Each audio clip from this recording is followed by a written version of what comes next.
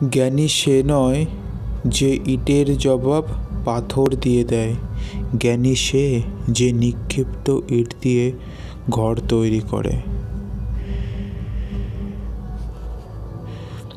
জীবনের প্রতিকূলতা থেকে পালানো সহজ, জীবনের প্রতি ক্ষেত্রেই পরীক্ষা আছে। যারা ভয় পায় তারা জীবনে কিছুই পায় না, যারা লড়াই করে তাদের পায়ের পাতায় সারা জগৎ থাকে।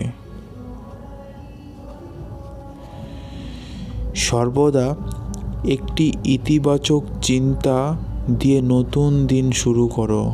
সর্বদা সব সময় একটা পজিটিভ চিন্তা ভাবনা রেখে নতুন দিনের নতুনভাবে শুরু করো।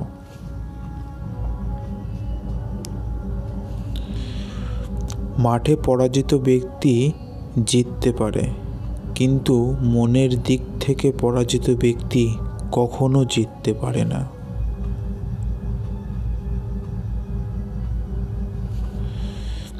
জেতার আসল মজা তো তখনই যখন সবাই তোমার হারার অপেক্ষায় থাকে আর তুমি তখন জিতে যাও।